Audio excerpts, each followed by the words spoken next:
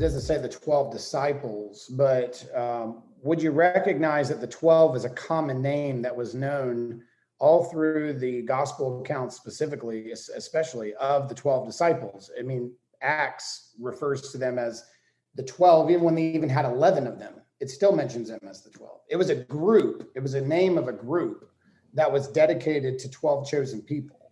So, okay. Well, let me ask you, when do you think that the gospel accounts were written? I think Mark was first. I think Matthew and Luke were similar in time frame. John was last. John would have been around 90 AD. I think that personally, I believe, according to the witness of the fathers of the churches who were started by Paul, started by Peter, and so forth, they all attested to the fact, I know people disagree with this, and that's fine, that Luke was he was a proponent of Paul, and his writings of his gospel account was Paul's, and which is why Paul in his writing said, according to my gospel. They all understood that to be the gospel of Luke. He quotes his Jesus citations from the gospel of Luke. He calls that quotation scripture. So Paul would have been seen, even Marcion, who was trying to destroy the gospel of Luke and Paul's epistles, recognized the fact that Luke was Paul's authorized gospel account. So I would say Luke would have been his go-to. Okay, well, let me ask the question again, because when were they written? Like, can you give me dates? The first century. Well, all of them were written by the end of the first century. Can you give me more specific dates? Which gospel? You listed all of them, so you could give me, just a list of all of them. I mean, I could go through what the scholarship says about it. I just want to know what you actually think about it. I'm flexible on Luke's gospel. It doesn't bother me if it's before or after 70 AD. I personally think it was before. I think Mark's was before, and I think Matthew's was right around that same time. I think John was around 90. I think they were all first century.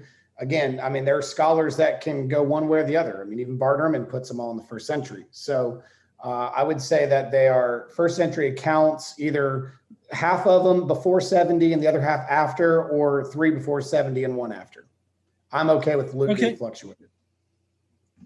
Okay, I don't know why you're focusing on Luke here so much, but so Mark was written 70 or after, Matthew was written 80 or after. Luke was actually not written until about at least 93 or after, possibly even into the 2nd century. John's gospel was actually definitely 2nd century. So my question to you would be about the whole 12 business, is that even on your own account here, Paul was writing prior to all of the other gospels. They were all reading Paul, obviously. So the authors of those gospels, who were not the title authors, but the authors of those gospels were reading Paul. They read Paul and they interpreted from Paul this 12, and they thought that that was the 12 disciples, because 12 is a magical number in general for religions. So they got this notion of the 12 from Paul. Paul's the originator of this 12. Paul never cites them as being a disciple. What makes you think that that is a reference to them being disciples? Well, you kept saying, well, why do you keep going back to Luke? Why you come back to Luke? Because Luke was Paul's gospel. That is what the churches all stated about it. That's what they all said. Let me ask you this. Sorry, you're questioning me. I'm not questioning you. He's questioning you, John. Yeah. So, again, when we're talking about the time here, Paul said, according to my gospel, all the fathers knew that, was talking about Luke. He quotes from Luke's gospel and calls it writings. He had a writing. He didn't say it was from Luke, but he quotes the words of Jesus word for word precisely from Luke's gospel. It's consistent with his usage of it. So he would have been authorizing the work of Luke to be done. Luke was a companion of Paul. He traveled with them in his travels. He ended there with them at his first imprisonment by the end of Acts. There are scholars that do place it later, but not all scholars place it there. And again, this is a dispute amongst Christian scholars as well as atheist scholars. There's a consensus in one corner, there's a consensus in another corner. It's not a settled thing. There's much dispute that's being there. It's being studied out. I mean, you have to deal with the fact that you have the inclusio eyewitness accounts here that was formed in these first century documents. They're very similar to like Lucius did, or even Porphyry did as well. You have these inclusio eyewitness reports. It's a style of writing going back to the very beginning and there. So I would ask you, like, when you're saying, where is the 12 coming from? If this was their group, they were known in all the gospel accounts as being that 12. Why would that be a problem for Paul to refer to them as the disciples? And then he mentions Peter on the side, does he not? He doesn't mention anybody as a disciple. He never indicates anybody as a disciple. He only mentions people as apostles. So unless you can point to me where he specifically uses a word for disciple, then Paul never cites anybody as a disciple. Well, a disciple just means a student of a teacher, right? That's why I said a word that's indicative of disciples.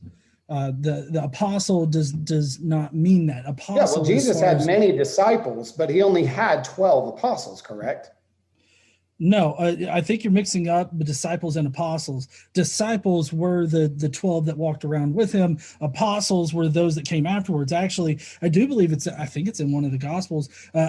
Jesus apparently had like 72 apostles that were going around the area. So no, it's the other way around. Yeah, well, no, there were 70 or 72, depending on the manuscript, that were sent out, but 12 of them were selected as apostles. The disciples were many, he had many disciples. And going back to that account, for example, does Paul not mention Peter as being somebody who he had engaged with and had conversations with?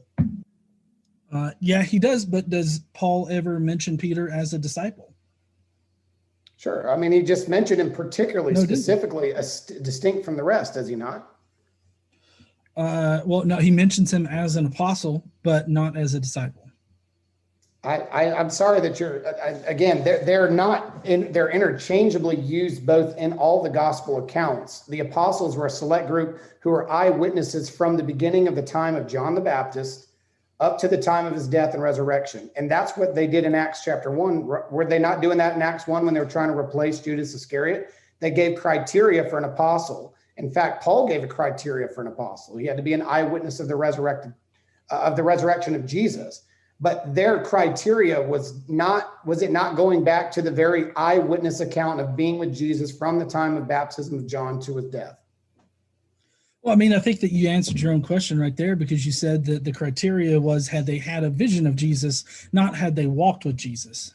No, they had to be with him at the baptism of John. That's distinctly what they said, not seeing a vision of him with John. These were disciples of John before they were of Jesus. They were transported off. Okay, well, as far as I know, like Acts, I consider Acts to be historical fiction, so that's not really linked to any kind of history whatsoever. And so when I hear apostle, I think about how Paul defines an apostle. Paul considered himself an apostle, which he never knew Jesus when he walked on earth. So it simply cannot mean that an apostle was somebody that actually was there at the baptism in the river with John and everything like it just simply cannot mean that in the text. You cannot have when you're looking at this, for example, with Socrates or Jesus, whichever figure you want to use, nobody's going to follow the teachings of someone who didn't write unless they were with them and reported of them. Correct? I'm sorry, can you say that again? Just like with Socrates, who had Plato and Xenophon and all these others, no one's going to follow this without some sort of transmitted message from somebody. They're not just believing an ideology, they're believing the teachings from a person, correct? Well, the person would be Paul, and Paul would be getting his information from Jesus through visions. If that were the case, then Paul wouldn't have said in Galatians 1:11, that he did not get his information from anybody on earth. He only got his information from a vision of Jesus. Yeah. Well, going back into the back time of history here, because I don't think we're getting much in the disciple apostle discussion, going back to the history of understanding the sources.